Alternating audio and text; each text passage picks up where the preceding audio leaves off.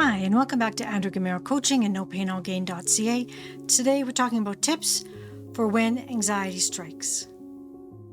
So when anxiety strikes, it can be terrifying. The racing heartbeat, the trouble breathing, the knots and butterflies in the stomach, and the need to run away as fast as possible has kept me at home for far too long. By getting control of my mind, I've been able to manage my anxiety successfully for many years without any medication at all. And I know you can do this too. So here are my tried and true tips for how I manage my anxiety and get it under control before it controls me. So what are the tips for getting your anxiety under control? Number 1, breathe. 2, so what? 3, have power phrases ready. 4, journaling. And 5, exercise. So let's start with number 1, and that is to breathe. Yes, breathe. Now this is going to be conscious breathing, so you're breathing in through your nose for 8 seconds, holding for 8 seconds, and breathing out through your mouth for 8 seconds. So let's give that a try.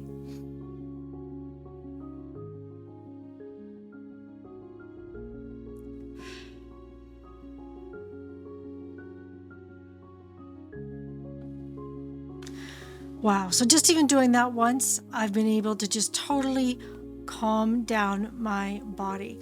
And usually you'll do this about 3 times, but even just once is just, the difference is amazing. You can also try by putting one hand on your chest bone and the other on your diaphragm underneath your rib cage, and you can try that way. I do not recommend this if you're driving. You got to keep both hands on the wheel, but as long as you're away from you're not in a dangerous situation, if you put your hand on your chest and your hand under your diaphragm, on your diaphragm, under your ribs, it really helps you concentrate on your breathing. So let's try that again.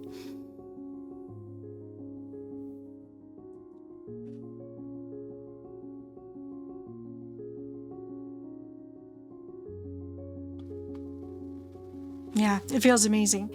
Now, the important thing with conscious breathing is that it helps you to get your emotions under control. It gets your body, gets the oxygen into your body, into your brain, so that you can make the right decisions. It gives you clarity of mind and focus. It helps you think about something other than the situation at hand and get everything under control. And that's really important with anxiety, because if you let it get away from you, we all know that the response is disastrous. So taking a moment to breathe and get your body under control will really, really help to calm down your system and get you back into control before your anxiety controls you. So number 2 is asking yourself the question, so what? I cannot express how incredible this little 2-word phrase has made for me. It's been revolutionary, because in the moment of that first anxiety trigger, you need to ask yourself, why am I anxious? Why is my heart rate starting to increase? Why am I feeling overwhelmed and my body getting warm? And what is causing this? So the first thing that comes to mind when you ask yourself, why am I anxious? That's what you want to address. And so whatever it was, if you saw somebody that you've had a quarrel with before and you just really don't want to have to deal with them, or you run a red light, or whatever it may be, whatever that first thought that comes to your mind, that's what's causing you the anxiety. And then that is what you're asking, okay, so what? Will the situation kill me? If I have to talk to that person right now and be civil, is that going to kill me? Well, the answer is usually no. It's not going to kill you. So when I realize it's not going to kill me, I may be uncomfortable with it, I may not like it at all, but it's not going to kill me. And by telling my mind, okay, it's not going to kill me, so I can get through this. It's going to be all right. And then your brain will start to de-escalate your anxiety, because what your mind is designed to do is to prevent you from danger, the fight and flight. Should I fight this person or should I run fast so I don't have to deal with them? That is what your brain is trying to do for you. It's trying to protect you, mode of survival. So you just need to tell your brain sometimes that, you know what, it's okay. This is not a big deal. I'm not in a life or death situation. I will survive. And then that will start to let your anxiety come down quite a bit. And this question of so what, it's just so powerful, because it's like, okay, why am I getting into a tizzy? Well, so what? It's really not going to be as big a deal as my brain is making it out. So, okay, brain, thanks, but you can stop now. I can deal with this. And once you do that, even just that first step of saying, why am I anxious right now? It is breaking that cycle of anxiety. Instead of going into, oh no, which is just going to lead you down that spiral of anxiety really, really fast. You're going, just a minute here, wait a sec. Why? Why is this happening? And then just that is a great way to stall the anxiety, the panic attack that is coming on. And then to say, well, so what? Is this going to kill me? Is this really worth a panic attack? And then that's getting your rational mind back into play, and you can go, no, probably not. And then you can get yourself back in control of the situation, which is super important. And then from there, you can start adding affirmations to calm your brain down and start coming up with alternatives to having to speak to that person or deal with that situation, and how you can do it in the best way possible. So step 3 is to have power phrases or affirmations ready to go. So if you're not familiar with what a power phrase or an affirmation is, they are positive thoughts that you have come up with ahead of time to deal with anxiety-causing situations or negative thoughts that appear.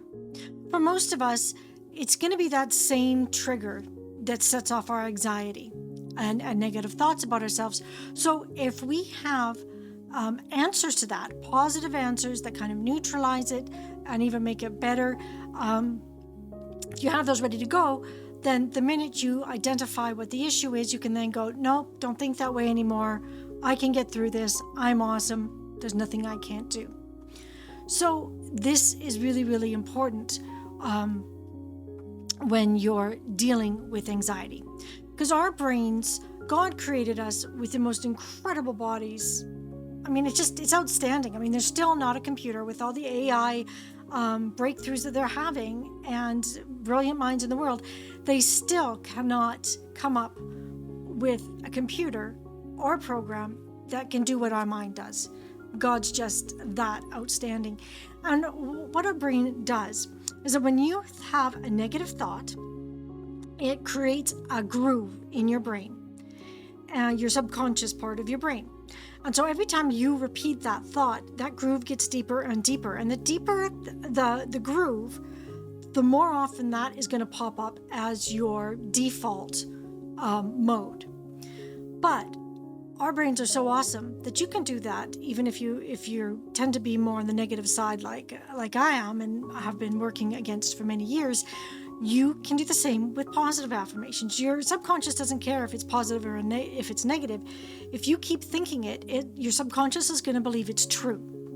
So why not believe more positive, empowering things about yourself and about your future? I mean, if both ones can have equal weight in your brain, why not choose those? Make that the reality in your life instead of all the negative things that can hold you back. So the way you do this is if you've got this negative thought that's kind of up here, come up with something to counteract it. And the more you repeat yes, I can do this, yes, I can do this, yes, I can do this, yes, I can do this, it's going to override that negative thought that's been your default so far. So, and the more you repeat your positive thought, deeper that groove gets and the higher it's going to rise. So your negative thought is going to come up less and your positive thought is going to come up more often. Now, this can take years and years and years to do. So it's not an overnight thing, but very, very quickly, the more you repeat your positive affirmation, whether you're writing it down, saying it orally, just saying it in your head, the more you repeat it, the stronger it is going to get. And this other one will just fall away. And then it's going to get to the point where this one will just try to creep in again. You're going to be like, nope, don't do that anymore. You're out of here. It's gone. And as I said, it does take a while, but you know what? It's so much easier. You just repeat the new one. It's gotten to the point for me that when I do get to the point of saying, so what? Immediately, that negative, that anxiety just goes away because it knows it isn't going to win anymore. It knows it doesn't get to stick around. And then I just keep going with the affirmations and the breathing. The breathing may have to continue for a while, but I can totally get myself back under control again very, very quickly. Usually in under a second of that anxiety thing coming up, boom, put the new thing in. It's like, so what? Nope. It's okay. This isn't going to kill me. I'll get through this. It really is that easy. Our brains, it's called neuroplasticity, if it's something you want to look into further. I actually have an entire episode on this called the Rewiring Your Brain Challenge. So I will put that link below and up above, and then you will be able to check that out if you're interested in that. But it really, really does work. I mean, I had 2 concussions within 6 weeks of themselves, about a couple of summers ago, and the recovery, having 2 concussions, getting my memory back and getting my brain just to settle back into where it should be, it took a while. And it was very disconcerting and frustrating. But by doing this challenge for myself and telling myself my brain is wonderful, my brain is healing itself, my brain is got more capacity than I can ever imagine, it did come back. And even when, from time to time, when I start, I'm getting upset because my memory's not where it should be, I just go right back into doing that challenge again, and my memory improves and my overall positivity just increases substantially. So it really, really is important to have power phrases ready. So if you want an example of this, let's look at some options of power phrases that you might find helpful. And if you do, you can always, please take them, use them, and you can adjust them to whatever works for you as well. So let's take a look at some affirmations that you might find helpful. So the first one is my go-to. So it's, so what? If it's not going to kill me, I don't need to worry about it. Number 2, I don't think this way anymore. I'm in control. Number 3, I may not like this situation, but I will survive. Number 4, I'm stronger than anyone can possibly imagine. Now, number 5 comes from the Bible. It's one of my favorite go-tos. It's from Philippians 4:13. I can do all things through Christ who strengthens me. That's a big one that I use a lot. Another one that helps to empower me, also from the Bible, Romans 8:31. And it says, what then shall we say to these things? If God is for us, who can be against us? And then our last one, this is just an emotion and it will pass. I've conquered this before and I will do it again. So I hope you found those helpful. And, when anxiety strikes, have affirmations ready, ones that you believe, ones that you can work with. It doesn't matter if you write them on an index card and have them in the visor above the driver's wheel in your car so that you can reach them if you need them at a stoplight. You can have them written out. You can have them in your head. You can have them dictated into your phone so you can replay them back to you. And it doesn't matter how many times you have to repeat them. Just find ones that work for you. And repeat them to yourselves as you would if you were talking to a small, scared child that you love. I mean, you are going to be trying to calm yourself, so give yourself grace, give yourself compassion. If a small child was scared, you wouldn't want to jump on them and get upset with them. What are you scared about? This is ridiculous. No. You want to be calm and just really compassionate with them and help them calm down and let them know gently that they're in a safe space and it's okay. It's okay to be scared. It's okay to have emotion. Emotions pass. We just need to let them go through our bodies, not suppress them. We don't want to suppress. We just want to recognize them and escort them through. And so if you think of yourself as that small child and give yourself compassion, no judgments, no nasty comments about yourself. We don't do that. We just say, it's okay. I've got this. I'm in control. And then you can get yourself back into control and focus on the task at hand. And you will find very quickly that the anxious thoughts are going to come up less and less because they know they're not welcome anymore. And you will have control of your anxiety before it even gets a chance to control you.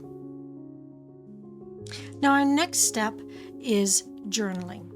Now, whether you've journaled before or not, journaling is a really powerful way to get control of your mind and get control of your life. And one of the great ways to journal is to do something called a brain dump. And so you just set a timer. 15 minutes is usually more than enough. If you don't have 15 minutes, do less. If you have more time, do it a bit more. But set a timer and then just dump everything you can on paper. There's something about writing on your thoughts onto paper that is really, really therapeutic. So get it onto paper. Don't judge it as you're writing it. No crossing out yet. Just keep write everything you got on paper. The timer goes off, you stop. Now you go back and you go line by line and you read it and you decide, is it true or is it not? Most of the time you're going to look at it and go, wow, it sounded really great in my head, but that just is not true. And then the best step, you get to cross it off, and it feels great to be able to cross anything off a list. Don't you agree? I know for me it does. I love being able to check something off or cross it off a list. And then even if it seems true or if it is true, it may not be a helpful thought for you to have. So then in that case, you look at it and you go, okay, how can I neutralize this and make it just a bit better? And so it's called a thought ladder. And so you start at your base thought, and then you're going to go a tiny baby step up one rung up on the ladder and make it just a little bit more neutral. And then you go up another step and make it a little bit more believable. And you can keep going up and up and up until you get to where you want to be. Thought-wise.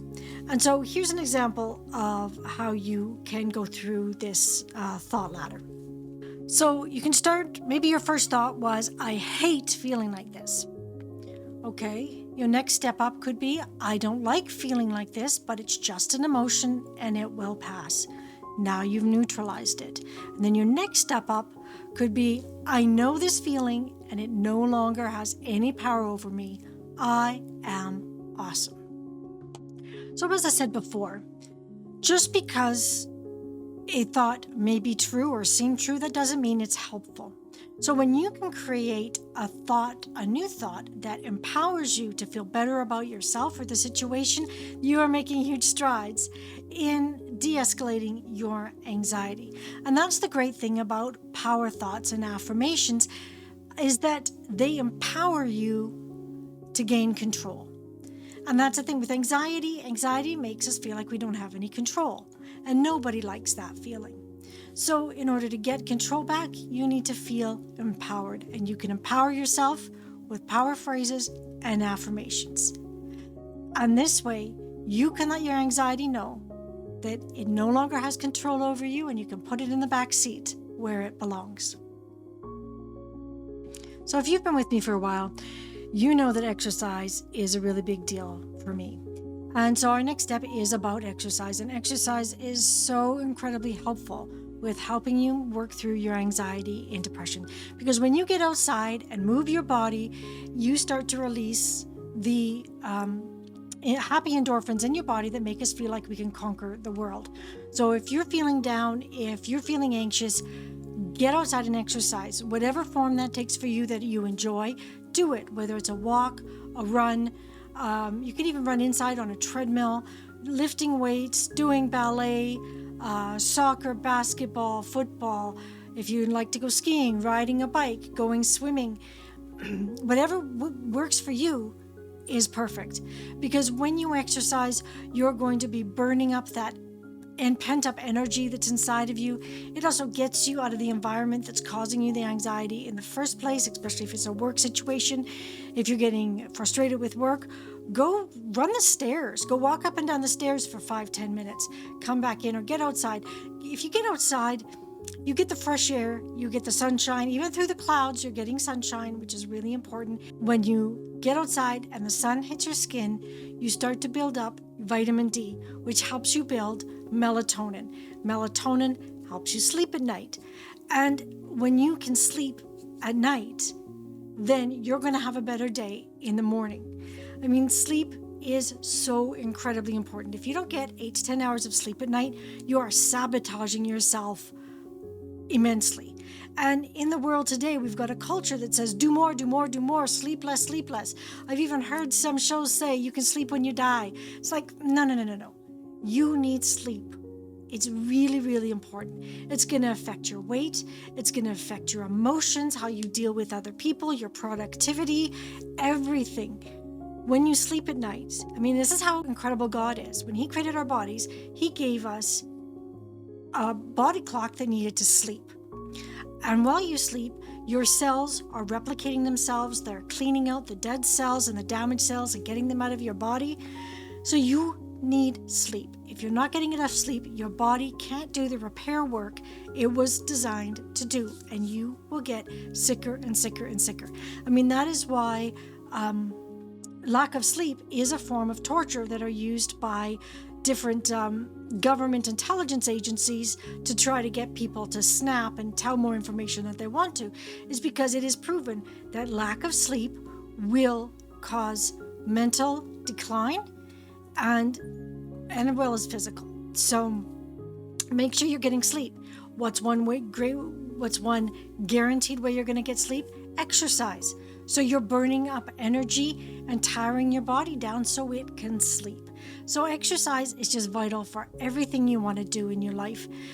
Just get it in somehow.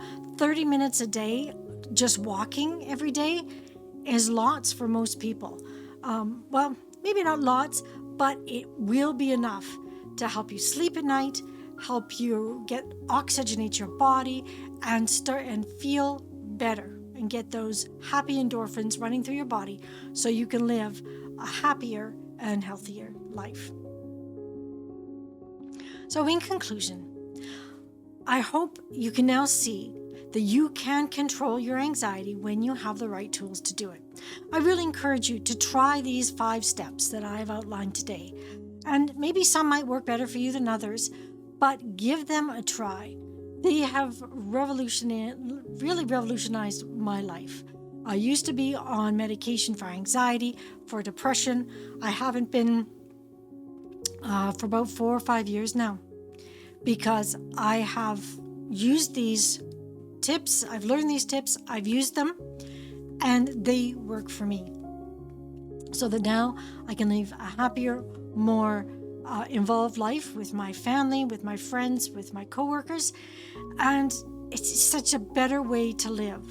God didn't make us to live in depression and anxiety. He wants us to be happy, productive people. And He gave us bodies that can do that when they're in the right conditions. So I hope you find this helpful. I'd love to hear how this worked for you. If you would like to learn more about this or work with me to help reduce your anxiety, please reach out to me at andrea@nopainallgain.ca, and I would love to set up a time to sit down and chat with you. So thank you so much for joining me today. You could have been anywhere, but you chose to be here, and for that I am truly grateful. If you found this at all helpful, please like, subscribe, comment. It really helps the YouTube algorithm figure out that, hey, this is valuable information that more people should hear about. And that would just help me immensely. So I hope that you know how much God loves you, that He chose to have you in this world, and He can't imagine the world without you. So have a wonderful, wonderful week, and we'll see you next time. Bye for now. Did you know that one-on-one coaching is a great way to break through the barriers that are holding you back in life? Well, that's what I do. I am a health and lifestyle coach, and I specialize in fibromyalgia and chronic illness, and I help people break through the barriers that are holding them back in life so they can live the best life possible now. So if that sounds like something that's interesting to you, or you know someone else who may benefit from it, please reach out to me at andrea@nopainallgain.ca, and I would be more than happy to set up a free consultation to find out if working together would be a good fit for both of us. Also, if you are struggling with fibromyalgia or chronic illness and would like some tips on how to just live a better life now, I have just written a book called Tips for Living with Fibromyalgia and Chronic Illness. It's available at Amazon. I will put a link here for you and also down below so that you can get your copy today and start implementing those tips and help reduce your symptoms and start to live a happier and more productive life. So thank you for joining me. Hope you have a wonderful, wonderful week. We'll see you next time. Bye for now.